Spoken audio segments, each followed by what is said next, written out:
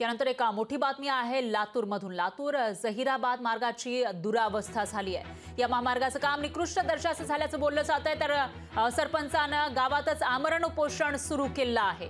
तर लातूर जहिराबाद जो महामार्ग आहे त्याची मात्र दुरावस्था झालेली आहे आणि या महामार्गाला तडे गेल्याचं पाहायला मिळतं। त्यामुळे या महामार्गाचं काम निकृष्ट झाल्याचा आरोप केला जातोय आणि त्याच विरोधात इथल्या सरपंचांनी गावातच आमरण उपोषण सुरू केलंय।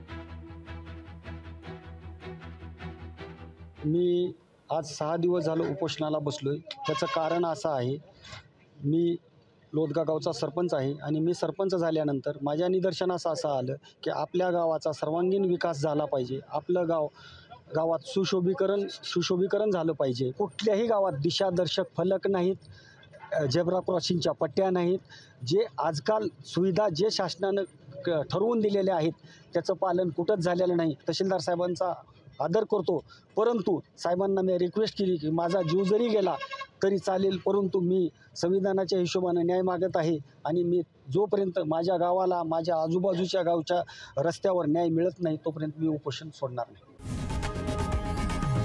लोकशाही मराठी ऐका, पहा, जागरूक रहा।